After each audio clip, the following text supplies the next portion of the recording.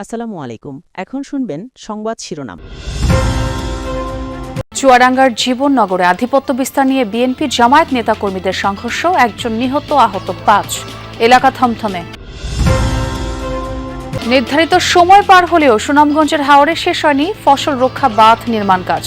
অনিয়ম, দুর্নীতি আর অব্যবস্থাপনাকে দুষছেন কৃষক নেতারা। যুক্তরাষ্ট্র ও ইসরায়েলে যৌথ হামলার জেরে হরমুজ প্রণালী বন্ধ, জ্বালানি তেল পরিবহনে বিপর্যয়ের সংখ্যা, বাড়তে পারে দাম। পুঁজিবাজারে আস্থা বেড়েছে বিনিয়োগকারীদের মাঝে, নতুন সরকারের কাছে কার্যকর উদ্যোগের আশা, নীতি ধারাবাহিকতার তাগিদ। এতক্ষণ শুনছিলেন সংবাদ শিরোনাম, এখন শুনবেন বিস্তারিত। চুয়াডাঙ্গার জীবননগরে এলাকায় আধিপত্য বিস্তার নিয়ে বিএনপি ও জামায়াত নেতাকর্মীদের সংঘর্ষে এক জামায়াত কর্মী নিহত হয়েছেন আর আহত হয়েছেন দুই পক্ষের অন্তত 5 জন।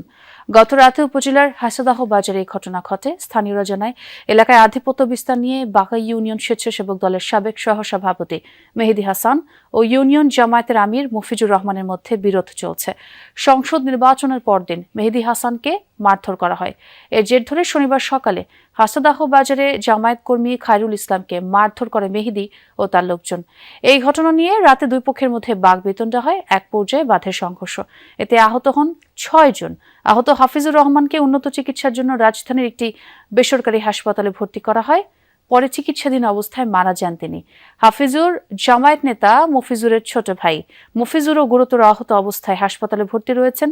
এই ঘটনায় এখনো মামলা হয়নি। জড়িতদের ধরতে অভিযান চলছে বলে জানিয়েছে পুলিশ। নির্ধারিত সময় পার হলেও সুনামগঞ্জের হাওরে শেষ হয়নি ফসল রক্ষা বাঁধ নির্মাণ কাজ। নীতিমালা অনুযায়ী 28 ফেব্রুয়ারির মধ্যে কাজ শেষ হওয়ার কথা থাকলেও অধিকাংশ জায়গায় এখনো শেষ হয়নি মাটি ফেলার কাজ। বাঁধের কাজে অনিয়ম, অব্যবস্থাপনা আর দুর্নীতিকে দুষছেন কৃষক নেতারা। দেরিতে বাঁধ নির্মাণ হলে বাঁধের স্থায়িত্ব নিয়েও প্রশ্ন তুলছেন তারা। ঝুঁকির মুখে ফসল নিয়ে শঙ্কায় কৃষক। দিগন্ত বিস্তৃত ফসলের মাঠ, বাতাসে দোল খাচ্ছে কৃষকের স্বপ্ন। আর কদিন পরই হাওরের বুক জুড়ে থাকা ধান উঠবে কৃষকের গোলায়। তবে এর মাঝেও আছে ফসল হারানোর শঙ্কা। আগাম বন্যা ও পাহাড়ি ঢল থেকে সুনামগঞ্জের বোরো ফসল রক্ষায় প্রতি বছর অস্থায়ী বাঁধ নির্মাণ প্রকল্প নেওয়া হয়। তাতে বরাদ্দ দেয়া হয় শত শত কোটি টাকা।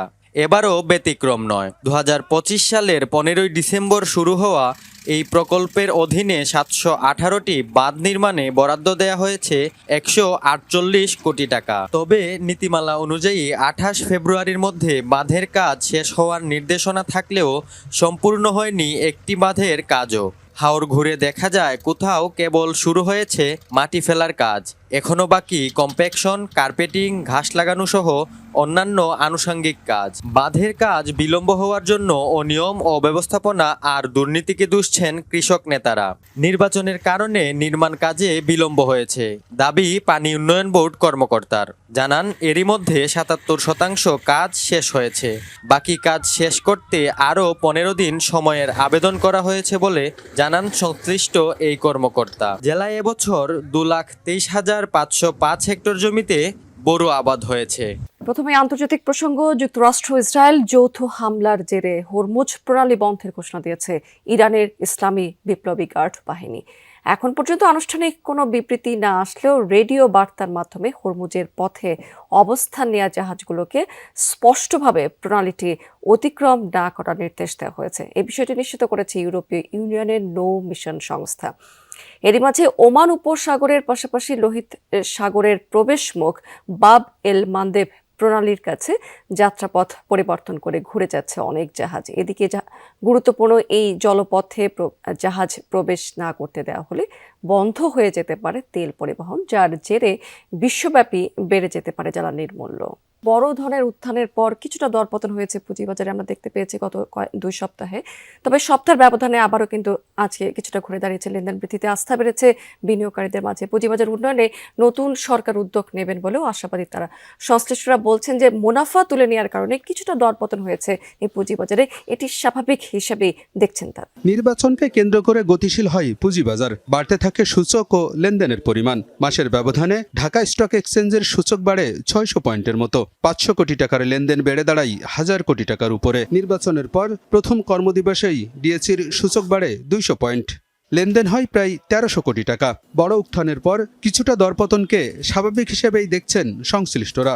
বলছেন মুনাফা তুলে নেওয়ার প্রবণতাই পতনের কারণ। তবে দ্রুতই বাজার ঘুরে দাঁড়াবে বলেও আশাবাদী তারা। পুঁজিবাজারের টেকসই উন্নয়ন নিশ্চিত করতে প্রতিষ্ঠানগুলোকে ঢেলে সাজানোর পাশাপাশি নিয়ন্ত্রক সংস্থার মধ্যে সমন্বয় জরুরি বলেও মনে করেন বাজার সংশ্লিষ্টরা। নীতির ধারাবাহিকতা ছাড়া টেকসই পুঁজিবাজার নিশ্চিত করা সম্ভব নয় বলেও মনে করেন বাজার সংশ্লিষ্টরা। চুয়াডাঙ্গার জীবননগরে এলাকায় আধিপত্য বিস্তার নিয়ে বিএনপি ও জামায়াত নেতাকর্মীদের সংঘর্ষে এক জামায়াত কর্মী নিহত হয়েছেন আর আহত হয়েছেন দুই পক্ষের অন্তত 5 জন। গত রাতে উপজেলার হাসাদাহ বাজারে এই ঘটনা ঘটে। স্থানীয়রা জানায়, এলাকায় আধিপত্য বিস্তার নিয়ে বাঘা ইউনিয়ন স্বেচ্ছাসেবক দলের সাবেক সহসভাপতি মেহেদী হাসান ও ইউনিয়ন জামায়াতের আমির মফিজুর রহমানের মধ্যে বিরোধ চলছে। সংসদ নির্বাচনের পরদিন মেহেদী হাসানকে মারধর করা হয়। এর জের ধরে শনিবার সকালে হাসাদাহ বাজারে জামায়াত কর্মী খায়রুল ইসলামকে মারধর করে মেহেদী ও তার লোকজন। এই ঘটনা নিয়ে রাতে দুই পক্ষের মধ্যে বাকবিতণ্ডা হয়। এক পর্যায়ে বাধে সংঘর্ষ। এতে আহত হন 6 জন। আহত হাফিজুর রহমানকে উন্নত চিকিৎসার জন্য রাজধানীর একটি বেসরকারি হাসপাতালে ভর্তি করা হয়। পরে চিকিৎসাধীন অবস্থায় মারা যান তিনি। হাফিজুর জামায়াত নেতা মফিজুরের ছোট ভাই। মফিজুরও গুরুতর আহত অবস্থায় হাসপাতালে ভর্তি রয়েছেন। এই ঘটনায় এখনো মামলা হয়নি। জড়িতদের ধরতে অভিযান চলছে বলে জানিয়েছে পুলিশ। নির্ধারিত সময় পার হলেও সুনামগঞ্জের হাওরে শেষ হয়নি ফসল রক্ষা বাঁধ নির্মাণ কাজ। নীতিমালা অনুযায়ী 28 ফেব্রুয়ারির মধ্যে কাজ শেষ হওয়ার কথা থাকলেও অধিকাংশ জায়গায় এখনো শেষ হয়নি মাটি ফেলার কাজ। বাঁধের কাজে অনিয়ম, অব্যবস্থাপনা আর দুর্নীতিকে দুষছেন কৃষক নেতারা। দেরিতে বাঁধ নির্মাণ হলে বাঁধের স্থায়িত্ব নিয়েও প্রশ্ন তুলছেন তারা। ঝুঁকির মুখে ফসল নিয়ে শঙ্কায় কৃষক। দিগন্ত বিস্তৃত ফসলের মাঠ, বাতাসে দোল খাচ্ছে কৃষকের স্বপ্ন। আর কদিন পরই হাওরের বুক জুড়ে থাকা ধান উঠবে কৃষকের গোলায়। তবে এর মাঝেও আছে ফসল হারানোর শঙ্কা। আগাম বন্যা ও পাহাড়ি ঢল থেকে সুনামগঞ্জের বোরো ফসল রক্ষায় প্রতি বছর অস্থায়ী বাঁধ নির্মাণ প্রকল্প নেওয়া হয়। তাতে বরাদ্দ দেয়া হয় শত শত কোটি টাকা।